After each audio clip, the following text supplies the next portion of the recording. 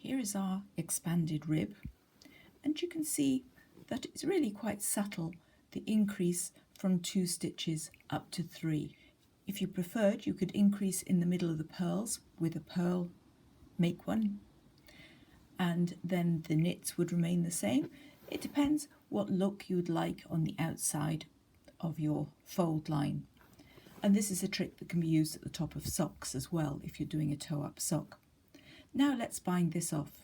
Apologies for the paint, it's home reno season. This is what I call modified conventional bind off. It's an ordinary bind off, but it's faster and looser. It just involves using your needles differently. So you work your first stitch as usual. Then you always put the left hand needle into it and away from you, so they're both through that one stitch.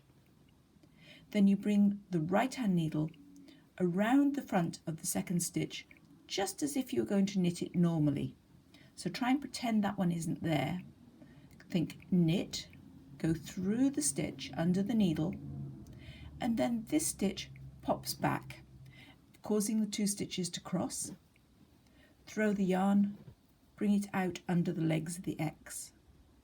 You've just knit stitch 2 and bound off stitch 1 in one movement.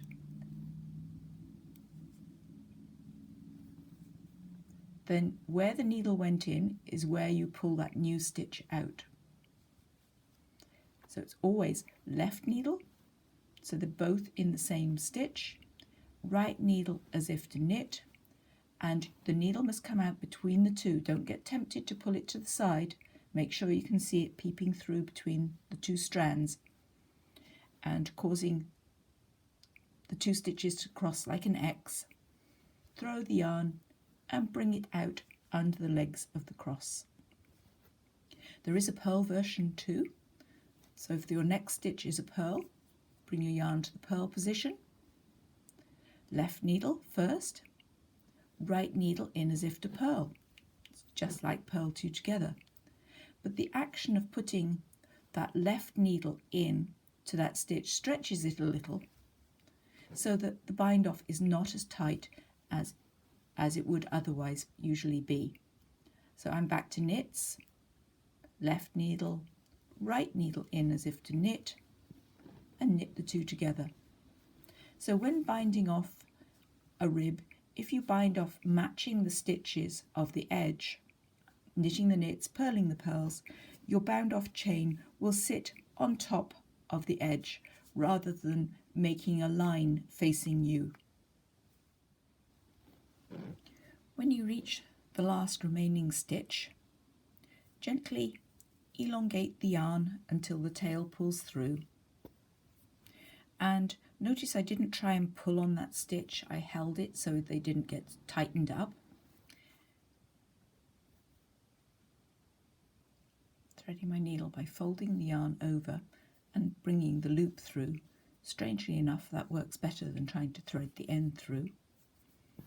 Now we're going to neaten the joggle that we always get when we finish binding off in the round, because knitting is like a spiral, it's like a spring rather than stacked donuts.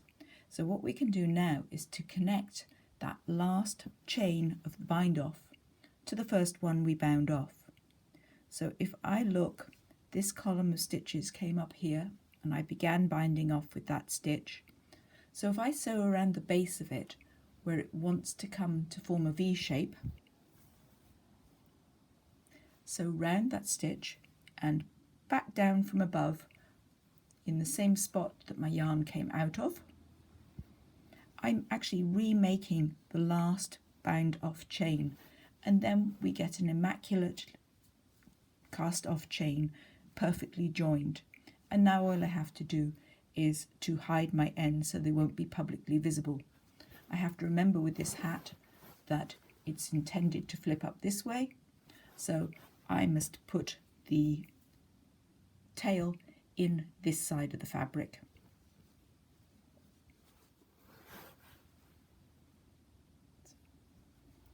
Bring the tail through to what is our private side, and then decide how best to disguise it. And I'm going to change to a finer needle.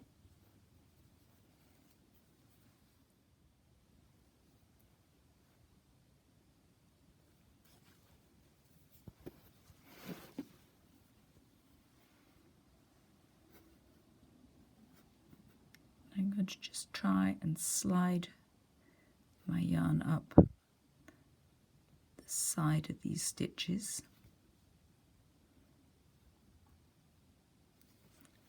I'm splitting the plies.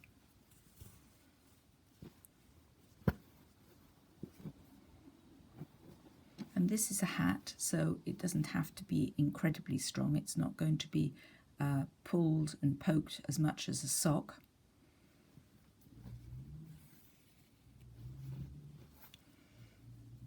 And I'm going to, so I've come down the side of that column. I'm just taking the plies on the other side of that stitch just a little bit. So I've come down. Now I'm going up. And I'm going to do something a bit sneaky. I'm unplying this yarn and I'm going to make this yarn a bit thinner, so I'm untwisting it. It's a single ply, and if I sort of slim that yarn down,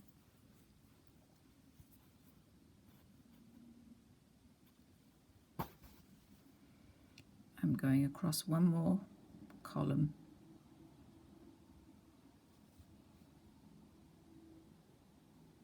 and looking for the sides of stitches, splitting the plies.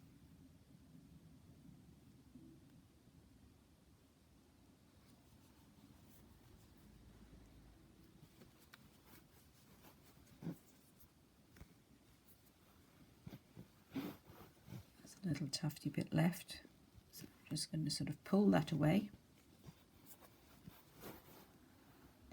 And on the other side it's virtually invisible. All done, and no joggle at the top.